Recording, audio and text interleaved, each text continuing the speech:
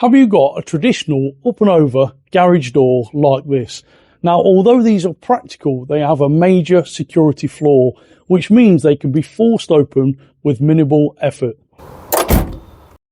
Previously, I replaced our personnel door with this high security Latham steel door. However, that still leaves the main up and over garage door vulnerable. So today on Fix It with Fowler, I'm going to show you how to secure your up and over garage door without using something like this.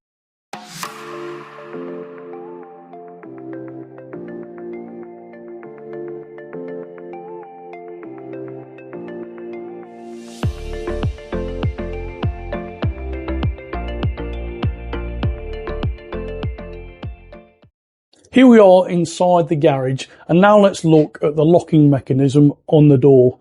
Now, on all traditional up and over garage doors, they end up with a locking mechanism like this.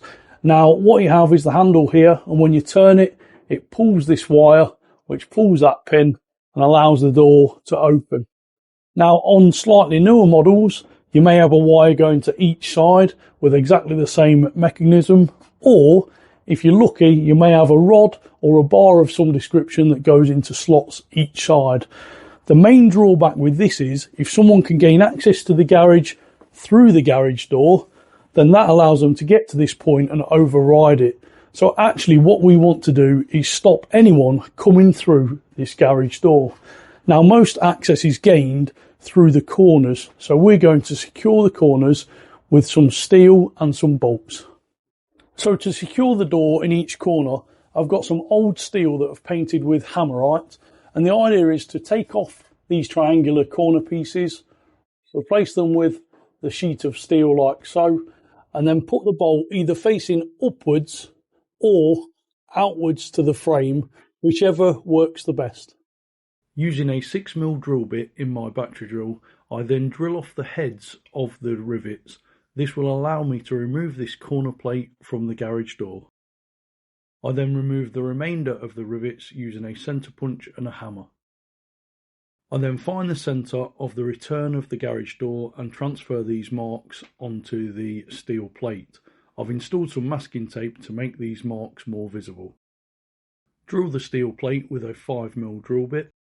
Hold the steel plate up to the edges of the garage door and mark using either a marker pen or, in my case, a marksman marking tool, as I find that is more accurate. Using a 5mm drill bit, I then drill through the return section of the garage door and also the diagonal cross member. I then install the rivet using a rivet gun and secure the plate in place. Now line up the bolt and the keep onto the door and frame itself. Ensure the bolt is level and mark onto the masking tape. Drill with a 5mm drill bit. And now fix into place using the rivets and the rivet gun. I now place the keep onto the frame and ensure it's lined up with the bolt. Mark that into position using the marksman's tool, and now with a 3mm drill bit I pilot the wood and then screw that into place.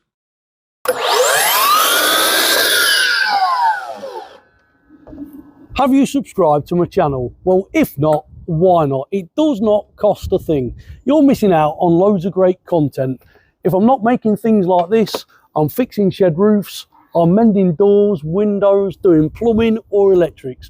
You name it, I've got it on my channel. So head over, hit that subscribe button, and don't forget to leave this video a comment and a thumbs up, and that will help it reach loads of other people.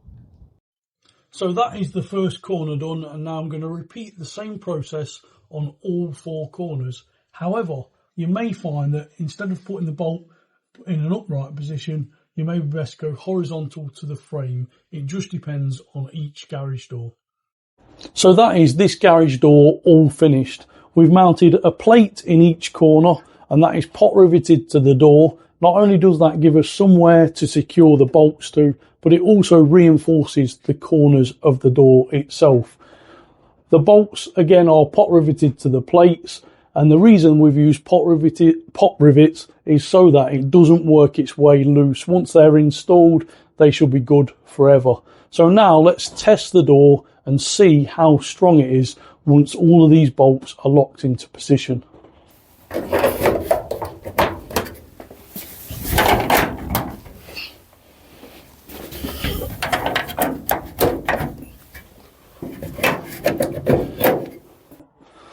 So now all them bolts are locked, we can pull this. And as you can see, there is absolutely no give in the door other than down to the design of the door itself. So if you wanted to get into this door now, the only option would be to cut a big hole in the middle. So if you found this video useful and helpful and gave you some sort of insight on how to secure one of these up and over garage doors, then please click that like button and give this video a thumbs up, and that'll help it reach other people. But the most important thing for me is for you to click that subscribe button and turn on the notification bell. That way you won't miss any of my future DIY videos, but equally you'll join me on my journey to reach 100,000 subscribers.